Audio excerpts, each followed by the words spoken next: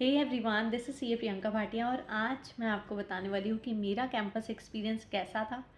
आप ये थंबनेल देख के तो आपको समझ में आ ही गया होगा कि मेरा ओवरऑल एक्सपीरियंस कैसा था। लेकिन इस वीडियो में मैं आपको बताने वाली हूँ कि क्या रियलिटी होती है कैंपस प्लेसमेंट की, कितने लोगों को जॉब मिलती है और कितने लोगों को जॉब नहीं मिलती, कौन सी गलती है जो आपको नहीं करनी है कैंपस का फॉर्म फिल करते समय। तो ये सब कुछ मैं डिस्कस करने वाली हूँ इस वीडियो में। तो आपको क्या करना है, अगर चैनल को अभी तक सब्सक्राइब नहीं किया है तो सब्सक्राइब कर लीजिए। तो वीडियो को स्टार्ट करने से पहले मैं आपको एक डिस्क्लेमर दे देती हूँ कि इस वीडियो में मैं किसी को भी ब्लेम नहीं कर रही हूँ, ना ही आईसीआई को और ना ही किसी कंपनी को। ये मेरा पर्सनल एक्सपीरियंस है और ये रियलिटी है कैंपस की। तो ये मैं आपको क्यों बता रही हूँ, क्योंकि आने वाले जितने भी नए सीए हैं उनको बहुत सारी एक्सपेक्टेशंस होंगी कैंपस से। तो आप इतनी सारी एक्सपेक्टेशंस बिल्कुल भी मत रखिए। इससे पहले आप रियलिटी ज़रूर चेक कर लीजिए कि क्या हो रहा है कैंपस में, कितने लोगों को जॉब मिल रही है। अब मैं आपको बताती हूँ कि कैंपस में किस तरीके से शॉर्ट लिस्टिंग हुई थी, कौन कौन सी कंपनी ने मुझे शॉर्ट लिस्ट किया था और इंटरव्यू कैसा रहा था, क्या हुआ था। तो जो फर्स्ट शॉर्ट लिस्टिंग हुई थी उसमें मुझे दो कंपनी ने शॉर्ट लिस्ट किया था, टीसीएस और दूसरी थी एक्सेला। आप देख सकते हैं स्क्रीन पर। तो इन दोनों कंपनी ने मुझे शॉर्ट लिस्ट किया और ज़्यादातर जितने भी न्यूली क्वालिफाइड सीएस थे उन सभी को ये टीसीएस और एक्सेला ने शॉर्ट लिस्ट किया था। अब शॉर्ट लिस्टिंग होने के बाद क्या हुआ, हमें एक्सेप्ट करना था वो ऑफ़र या फिर रिजेक्ट करना था। तो मैंने वो दोनों कंपनी के ऑफ़र को एक्सेप्ट किया। मतलब ऑफ़र क्या, मतलब आपको इंटरव्यू देना है या नहीं देना है, आपको ये एक्सेप्ट करना on the basis of their salary. Salary क्या थी ये शायद आप सभी को पता होगी, अगर नहीं पता है तो आप ये भी चेक कर सकते हैं। ये सैलरी थी जो वो ऑफ़र कर रहे थे। तो इसके बेसिस पर मैंने एक्सेप्ट कर लिया टीसीएस भी और एक्सेला भी। उस टाइम पर बहुत सारे लोग ऐसे थे जिन्होंने टीसीएस ने जो पैकेज दिया था उसके बेस पर उसको एक्सेप्ट नहीं किया था, लेकिन मैंने कर लिया था। मुझे लगा कि ट्राई करके देखते हैं, बस इंटरव्यू दे के देख लेंगे, अगर नहीं होता है तो भी कोई बात नहीं। अब ये होने के बाद क्या हुआ कि मेरा टीसीएस का और एक्सेला का दोनों का इंटरव्यू रखा गया था 5 सितंबर को। अब मैंने अपनी प्रिपरेशन स्टार्ट कर दी थी इंटरव्यू की। इंटरव्यू से कुछ दिन पहले एक्सेला की तरफ से एक ईमेल आई थी और ईमेल में क्या था, वो ईमेल में एक लिंक था कि आपको एक टेस्ट देना है ऑनलाइन, और अगर वो टेस्ट 2 बजे है तो 1 बजे वो मेल आपको सेंड की जाएगी। 1 बजे मेल आती है, कुछ पहले से बताया नहीं गया था। 1 बजे आपके पास मेल आई है और ये बोला गया कि 2 बजे से आपका टेस्ट है। चलो ये भी कोई प्रॉब्लम नहीं है। 2 बजे फिर मैंने वो टेस्ट दिया और मैंने क्या, ऐसे बहुत सारे लोग थे जिन्होंने वो टेस्ट दिया था। उसके बाद कुछ भी रिस्पॉन्स नहीं आया था कि क्या आप सिलेक्ट हुए हो या नहीं हुए हो, आगे क्या होने वाला है। कुछ कुछ दिन तक कुछ भी नहीं पता चला था। और बाद में मुझे क्या पता चला कि उस दिन पर जितने भी लोगों के वो टेस्ट हुए थे उसमें से किसी को भी सिलेक्ट नहीं किया गया है। अब कुछ दिन बाद एक्सेला की तरफ से एक मेल आती है, उसमें ये बताया जाता है कि आप सिलेक्ट नहीं हुए हो और यहाँ पर आपको मतलब अब इंटरव्यू भी नहीं देना है, क्योंकि पहले वाले जो टेस्ट हैं वो 2 राउंड होते हैं उनके। वो टेस्ट जो क्लियर कर लेता है उसका ही फिर इंटरव्यू होता है। तो मेरा वो इंटरव्यू नहीं हुआ था। यहाँ पर एक्सेला की बात ख़त्म हो जाती है। अब बचता है हमारे पास टीसीएस। तो मैं टीसीएस के लिए प्रिपेयर कर रही थी। मुझे लग रहा था अभी मुझे बस एक्सपीरियंस लेना है, सैलरी से मुझे इतना ज़्यादा फ़र्क नहीं पड़ता, अगर एक बार अच्छा एक्सपीरियंस मिल जाएगा तो फिर आगे हम देख लेंगे, जैसा भी पैकेज मिलता है इट्स फाइन। तो इसके बाद मैंने क्या किया, टीसीएस के लिए प्रिपेयर करना स्टार्ट कर दिया। अब टीसीएस का जैसे मैंने आपको बताया, टीसीएस और एक्सेला दोनों का इंटरव्यू होना था 5 सितंबर को। अब मैं प्रिपरेशन कर रही हूँ, मैंने पूरी अच्छे से प्रिपरेशन कर ली थी टीसीएस की।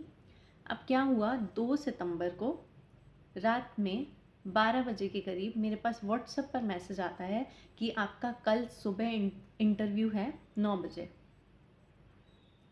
जो 5 तारीख को इंटरव्यू था, 5 सितंबर को, दिल्ली का सेंटर मैंने सेलेक्ट किया था क्योंकि मेरा जो होम टाउन है वो दिल्ली से थोड़ा सा पास है, तो मैंने दिल्ली सेलेक्ट किया था। लेकिन इतना भी पास नहीं है, अगर मैं ट्रैवलिंग के हिसाब से देखूँ तो मुझे 6 to 7 आवर्स लग जाते हैं वहाँ पहुँचते पहुँचते। तो आप रात में बता रहे हो 12 बजे कि आपका कल मॉर्निंग में आपका इंटरव्यू शेड्यूल हुआ है। जो 5 तारीख को होना था उसको उन्होंने रीशेड्यूल किया और वो 3 तारीख को कर दिया, और इसके बारे में पहले कुछ भी नहीं बताया गया था। और मेरे साथ नहीं, ऐसा बहुत लोगों के साथ हुआ है। कुछ लोगों को तो मेल की गई थी दिन में कि आपका कल इंटरव्यू है, लेकिन मेरे पास कोई मेल नहीं आई, कुछ भी नहीं आया। मैं आपको ये व्हाट्सअप का स्क्रीनशॉट भी दिखा रही हूँ। ये मेरे पास मैसेज आया था व्हाट्सअप पे कि आपका कल सुबह मॉर्निंग में आपको 9 बजे आना है। तो ये मेरे लिए बिल्कुल भी पॉसिबल नहीं था कि मैं 9 बजे तक वहाँ पहुँच जाऊँ और मैं इंटरव्यू दे दूँ। तो इसके बेसिस पे आप समझ सकते हैं कि कैसा था मेरा कैंपस एक्सपीरियंस। और उस टाइम पे तो मुझे लग रहा था कि मैं क्यों प्रिपेयर कर रही हूँ इतने टाइम से, कुछ भी नहीं हुआ। 2 कंपनी ने शॉर्टलिस्ट किया, उसके बाद भी इतनी प्रिपरेशन करने के बाद भी कुछ भी नहीं हो रहा है। तो ये क्या चल रहा है, ये मजाक हो रहा है क्या? और आप अगर उसको रीशेड्यूल कर भी रहे हो तो आप एटलीस्ट बताओ तो सही। अब ये होने के बाद मैंने इंटरव्यू तो नहीं दिया, ना TCS में दिया और ना ही एक्सेला का इंटरव्यू मैंने दिया है। ये होने के बाद मुझे लगा कि शायद मैं TCS का देती तो हो जाता। और उसके नेक्स्ट डे ही TCS वाले दिन की, मतलब जिस दिन TCS इंटरव्यू लेने वाला था, उस दिन की एक वीडियो वायरल हुई थी, शायद आप सभी ने देखी होगी। वो दिल्ली के ही सेंटर की वीडियो थी जिसमें इतने सारे CA थे TCS का इंटरव्यू देने के लिए। फिर मुझे लगा कि अच्छा हुआ कि मैं नहीं गई, क्योंकि वहाँ पे कुछ भी नहीं होने वाला था। इतने सारे CA में से वो कुछ को ही सिलेक्ट करने वाले थे, और वहाँ का हाल ऐसा था कि उन्होंने रिटन टेस्ट लेने के बाद सबको वापस भेज दिया था कि अब वो सिलेक्ट करेंगे रिटन टेस्ट के बेसिस पर, उसके बाद इंटरव्यू होना है। तो कुछ इस तरीके से थी कैंपस की सिचुएशन। तो आप समझ सकते हो कि कैसा होता है कैंपस प्लेसमेंट। आगे आने वाले टाइम में शायद इससे कुछ बेटर हो जाए, लेकिन May 24 का कैंपस एक्सपीरियंस वर्स्ट था। अब इसकी बात होती है second short listing. Second short listing में मुझे किसी भी कंपनी ने शॉर्ट लिस्ट नहीं किया। अब ये आप खुद सोच सकते हैं कि मुझे नहीं पता कौन से बेसिस पर कंपनी शॉर्ट लिस्ट करती है, और मेरा ऐसा भी नहीं कि मेरा रिज्यूम अच्छा नहीं था इसलिए मुझे शॉर्ट लिस्ट नहीं किया।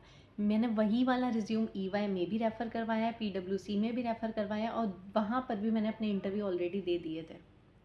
तो अगर वहाँ पर मेरा रिज्यूम सेलेक्ट हो जाता है तो क्या किसी और कंपनी में सेलेक्ट नहीं होगा? और मेरे रिज्यूम में अटैम्प्ट भी मैटर नहीं करते, क्योंकि मेरा पूरा CA फर्स्ट अटैम्प्ट में क्लियर हुआ है। बस केवल मुझे फाइनल के फर्स्ट ग्रुप में सेकंड अटैम्प्ट लगा था, इसके अलावा मेरे सारे पेपर्स फर्स्ट अटैम्प्ट में क्लियर हुए हैं।